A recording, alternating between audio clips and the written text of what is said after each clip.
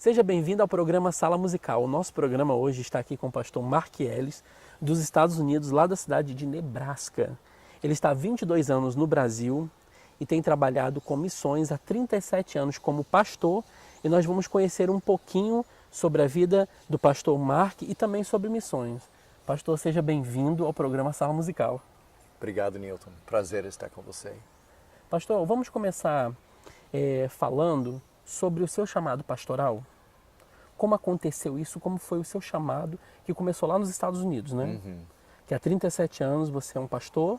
Então, como aconteceu esse chamado de Deus na sua vida?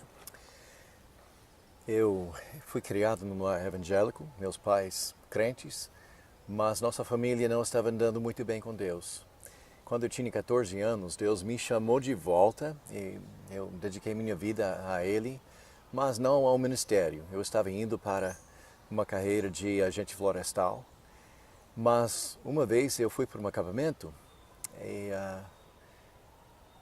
eu fui criado numa igreja bem conservadora, né? Nada de línguas, nada de curas, nada de visões, nada de coisas assim. Bem tradicional. Bem tradicional. Mas eu estava no culto e uma pessoa estava compartilhando seu testemunho sobre sua vida missionária. E eu estava assentado ali no acampamento, ouvindo essa pessoa falar, e é difícil dizer, mas eu tive uma experiência. Quando tudo virou cinzas, e eu senti Deus falando comigo que essa vocação é para você. E em 2 segundos, acabou. Mas aquele momento mudou a minha vida. Quando você teve essa experiência, Sim. Você aceitou de cara ou você ainda teve uma certa dúvida do chamado? Eu fui criado numa igreja bem calvinista. E conforme o Calvino, cada vocação é digna. Seja presidente, seja pessoa que leva o lixo para fora, cada vocação vem de Deus. O importante é descobrir a vocação de Deus para a sua vida. Então, quando eu voltei para minha cabana aquela noite, a única coisa que eu senti era a felicidade de ter descoberto a vontade de Deus para a minha vida. E desde aquele momento, eu comecei a encaminhar naquela direção. E nisso vai 37 anos de pastoreio. Isso. Eu tinha 14 anos. Sim, isso foi o chamado, né? É, a vocação para missões. Eu nunca fui chamado para ser pastor. De fato, eu não sou pastor. Biblicamente, eu sou evangelista. Entendi. E quando o senhor veio para o Brasil, tem 22 anos isso. Como Sim. aconteceu essa vinda dos Estados Unidos para o Brasil? Foi o quê? Olha, uma missão? Um a chamado Convenção de Deus? Batista Brasileira foi fundada pela Junta de Richmond. A Junta de Richmond é o braço missionário da Convenção Batista Sulista dos Estados Unidos. E a Convenção Batista Sulista passou por um momento de liberalismo teológico muito forte. Os seminários foram muito liberais. Até os metodistas estavam chamando a gente de liberal. Isso tá ruim, né? E era bem tradicional, né? As igrejas bem conservadoras. E o que aconteceu? O povo acordou e não entendia o que estava acontecendo. Mas o povo acordou e rapidamente a convenção foi transformada. Voltou para suas raízes, voltou para a sua fé, a fé evangélica de verdade. Eu, naquele momento, eu nunca tinha estudado, nem tenho estudado nenhum dia num seminário batista. Mas eu tive uma reputação de ser muito fiel em termos de convicções. E a própria Junta de Richmond, representante, ligou para mim dizendo: Mark, estamos numa situação em que nossos formados que estão saindo de nossos seminários, não podemos confiar neles. Na entrevista, nós fazemos as perguntas certas e eles mentem. E chegam no campo missionário ensinando heresias. Então eu tive colegas na missão que negaram que a Bíblia é a palavra de Deus, que Jesus é lenda, tudo isso. E tudo isso já tinham passado pelo seminário. Sim. Então eles ligaram para mim por causa da minha reputação como teólogo conservador. Eu não gosto muito da palavra conservador, eu falo evangélico. E eles me convidaram a ser missionário com a junta. E eu perguntei, para onde eu vou? E quem estava conversando comigo, o nome dele nos Estados Unidos era Geraldo de Oliveira. E ele falou: Mark, você vai gostar do Brasil. Você é muito alegre, o brasileiro é muito alegre. É verdade. Você gosta de filho, o brasileiro gosta de filho. E de fato tem sido 22 anos de várias dificuldades, mas de muita felicidade. Eu sou grato demais pelo privilégio de estar no Brasil. Glória a Deus. Pastor, e como tem sido o campo missionário aqui no Brasil? O senhor tem ensinado, né, missões, a gente está aqui no CIEM, entendeu? Que é um parceiro do Sala Musical, que tem abençoado muitas vidas e tem ensinado muitos missionários. O senhor também é professor aqui. Sim, sim. Como tem sido o campo missionário? Eu também queria que o senhor falasse um pouquinho em questão de a formação dos novos missionários. É uma pergunta um pouco complicada, porque eu não trabalhei muito com missionários brasileiros. Eu passei 6 anos em Roraima e não houve um missionário com a Junta de Missões Nacionais ali que estava me ajudando. Senão no primeiro ano. No primeiro ano, o pastor Valdir Soares estava ali e ele era meu mentor. Se eu tivesse tido mais tempo com aquele missionário, minha carreira teria sido muito mais fácil aqui no Brasil. Mas geralmente eu estava trabalhando sozinho, sem a presença de outros missionários brasileiros. Então não posso dizer muito sobre isso porque não tive muita experiência. E você veio dos Estados Unidos para cá sem falar nada de português? Não. Então foi uma dificuldade maior ainda, né? Olha, eu tinha estudado espanhol 3 anos. Agora foi engraçado, minha professora de línguas em Campinas, ela ficou frustrada, porque houve um americano falando português com sotaque espanhol. E ela falou que Meu Deus, que isso mistura, não dá, né? Mas porque eu fui destinado para ensinar nos seminários. A junta de Richmond me trouxe para o Brasil para ensinar nos seminários. Então, depois de 3 meses, eu ganhei uma professora particular e ela aperfeiçoando meu português. Meu português, mesmo que está um pouco enrolado. Mas dá para entender muito bem. Eu posso ouvir meu sotaque, mas infelizmente eu posso retirar o sotaque. Mas meu português acabou sendo muito melhor do que muitos colegas, exatamente porque eu tive uma professora que estava trabalhando comigo 8 meses.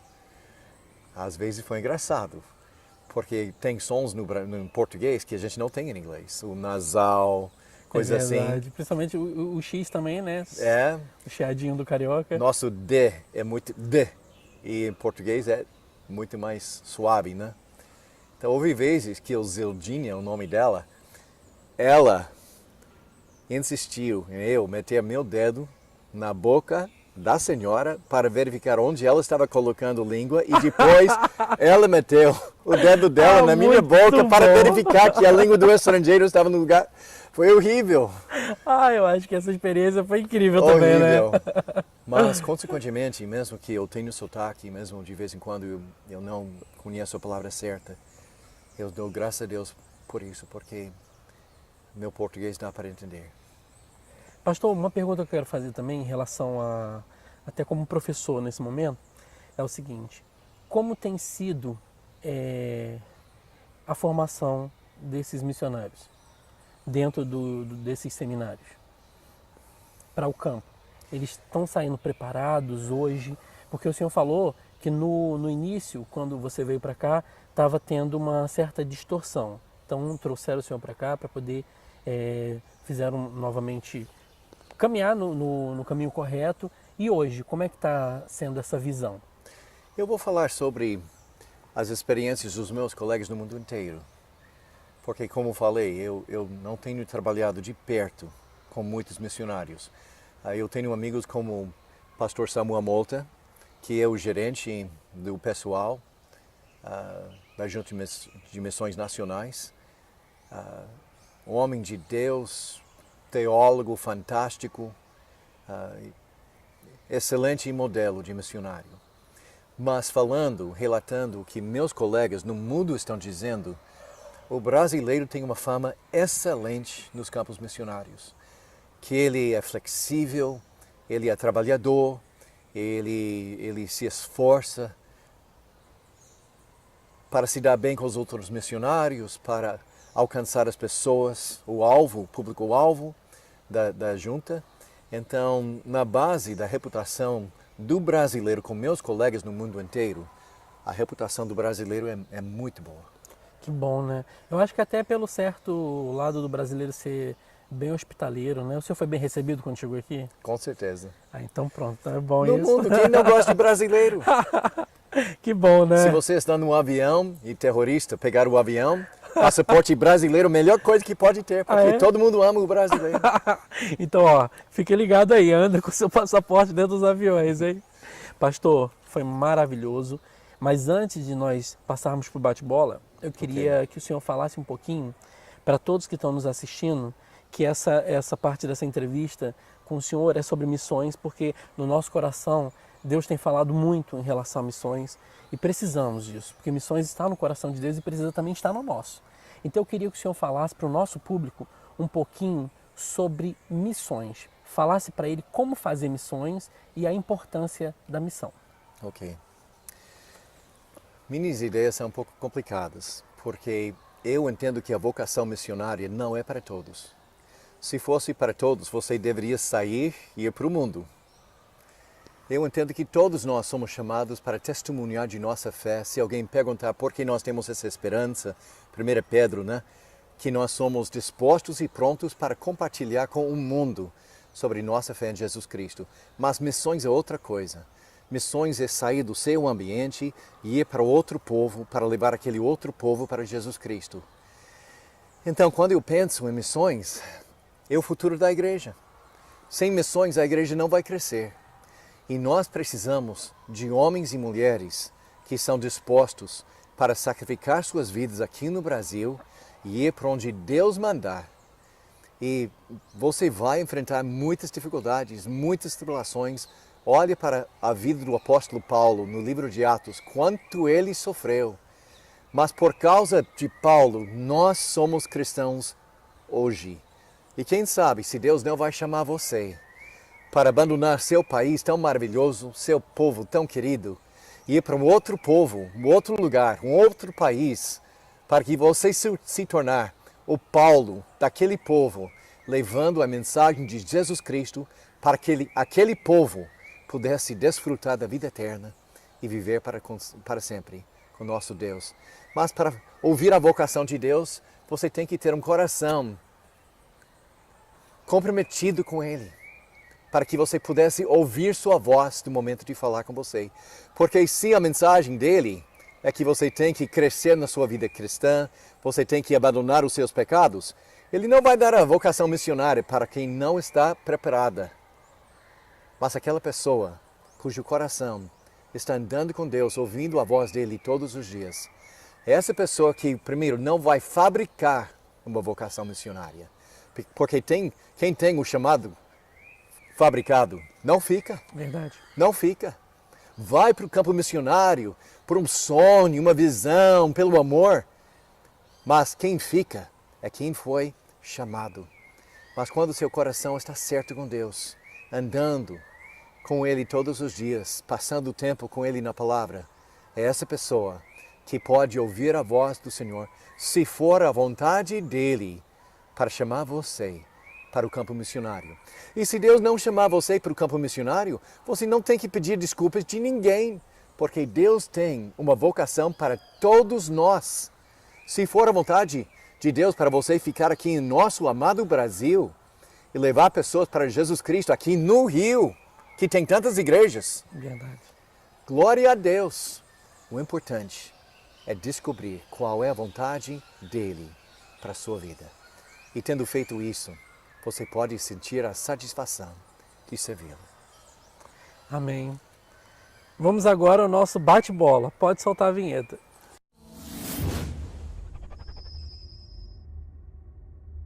Então agora o nosso bate-bola com o pastor Mark Ellis. Está preparado? Quem sabe? Vamos ver. Então vamos lá. Pastor, ser pastor. Existe muita confusão hoje em dia. 1 Pedro, o pastor é um líder, mas ele não pode ser ditador. O pastor tem que saber como ser um excelente líder, levando o povo de Deus para, as ovelhas de Deus para seguir o verdadeiro pastor e não o chutador de ovelhas. Verdade. Concordo com o senhor. Deus. O todo soberano que criou tudo que existe, que mesmo que Ele é tudo que Ele é, Ele deseja um relacionamento conosco. Missões. A disponibilidade para sacrificar nossas vidas para levar o Evangelho para os que nunca ouviram o Evangelho antes. Brasil. Brasil. Essa palavra é tão gigantesca quanto o país, né? Brasil. A beleza, felicidade, sofrimento, confusão, mas um povo maravilhoso. Eu dou graças a Deus pelo privilégio de viver aqui neste país. E a última é Pastor Mark Ellis, por Pastor Mark Ellis.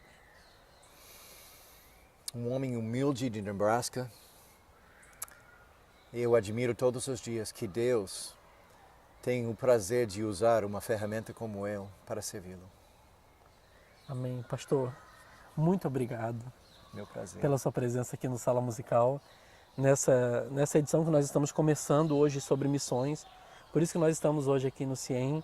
A gente vai estar falando sobre missões, sobre algo relacionado a missões. Deus tem colocado no nosso coração, Amém. na doutora Bernadette aqui também, a Cris também que faz parte desse projeto. E que você possa ser abençoado por Deus a cada dia e que tenha missões no seu coração. Pastor, muito obrigado e até o nosso próximo programa. Tchau. Tchau.